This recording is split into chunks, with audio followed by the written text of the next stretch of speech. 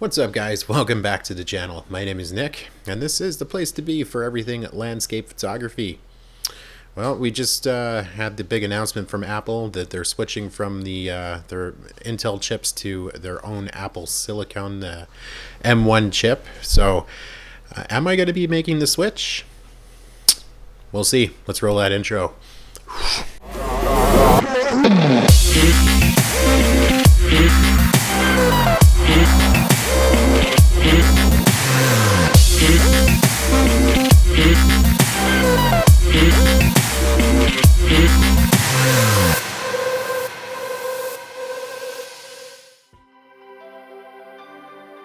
Alright guys, before we jump into the video here today, if you could please go down below, hit that like button, hit that subscribe button, hit that little bell notification.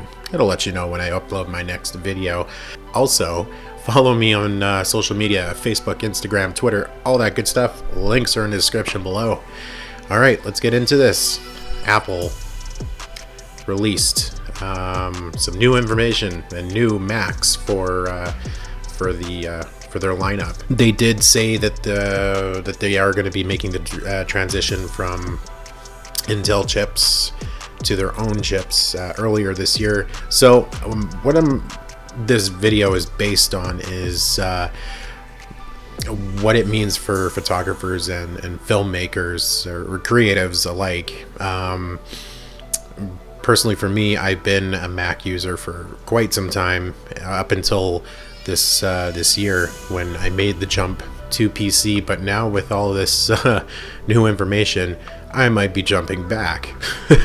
So anyways, so let's just dive into this. I'll give you some specs on everything. Alright, so I guess the first thing we're going to be talking about is the M1 chip itself.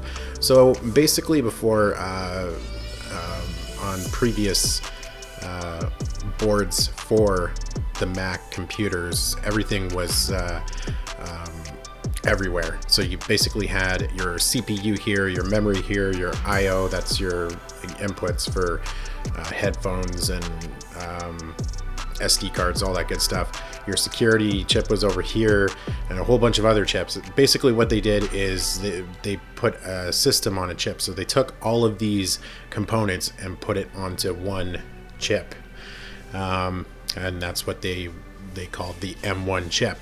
So a couple specs here on the M1 chip itself. It's built with the 5 nanometer process technology. It has 16 billion transistors, a 16-core neural engine, and up to an 8-core GPU, and also an 8-core CPU. 4 of those cores are high performance cores used for higher demanding tasks, i.e. like rendering out a video or throwing on a crazy amount of like presets and stuff like that. So basically high demand performing tasks, those 4 cores will take care of that. And they also have 4 efficiency cores for lower tasks, which means like surfing the web or making a spreadsheet, or so. This is kind of the M1 chip in a nutshell. With that being said, unfortunately, gone are the days where you can upgrade your Mac after buying it.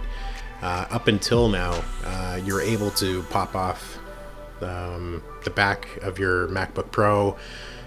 You're able to unscrew your Mac Mini and throw in your own RAM to give that little bit of a performance boost. You can't do that anymore, unfortunately, because they've tied the memory into the M1 chip. So there's that. And unfortunately, Apple is notorious for charging an additional $200 just to upgrade from 8 gigabytes of RAM to 16. It's just kind of whatever. Okay, so this next graphic that I'm going to be throwing up is basically all of the new computers. So they got the new MacBook Air, the MacBook Pro 13-inch, or sorry, both of those are 13-inch, and the new Mac Mini. Pretty much all the specs are the same. The only difference between the MacBook Air and the MacBook Pro that I could find is the battery length. So with the MacBook Air, you're getting around 18 hours, and with the MacBook Pro, you're getting around 20. All of them are going to have up to 16 gigabytes of memory that you can have installed. All of them are going to have a 2 terabyte SSD that you guys can get. All of them are going to support Thunderbolt and USB 4. All of them are Wi-Fi 6 ready, so good job, Apple. And all of them are going to be able to support iOS and iPad OS apps. So any app that you can get on your iPad or your iPhone, you're able to actually use them on your M1 MacBooks now. So that's actually pretty cool. So the thing that's kind of really pumping my brakes on making the switch right now, right this instant, unfortunately, is there's no universal. Well, there is universal apps, just the apps that I use personally, like on my daily workflow, is Adobe Lightroom, Photoshop, Premiere, After Effects, basically the whole suite. Unfortunately, Adobe has not written a native app for Apple Silicon. So there's universal apps that are basically natively scripted for both Apple Silicon and Intel. So it doesn't matter if you have an Intel processor inside or Apple Silicon, the M1, inside your Mac. Those universal apps will work on both. Unfortunately, Adobe, the Creative Suite, is not there yet. With that being said, all of the apps from Apple, like iMovie, Final Cut, Logic, etc., they are already optimized and ready to go. So if you use one of those apps for your content creations, you're good to go.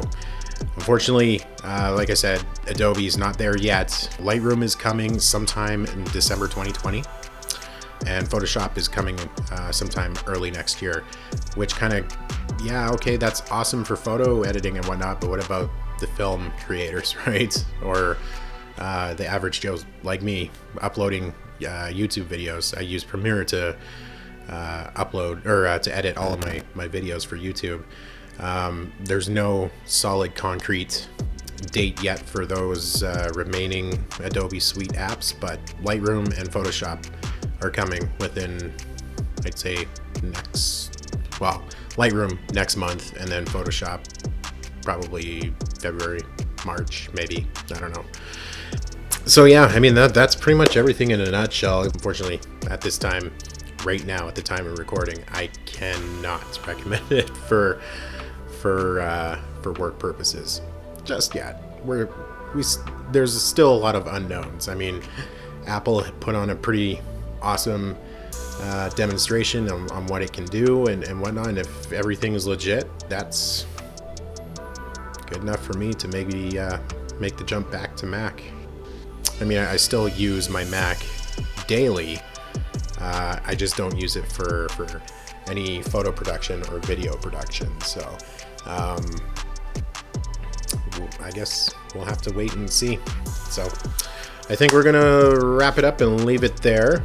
Once again, if you guys can please hit that like button, hit that subscribe button, and hit that bell notification. It'll let you know when I upload my next video.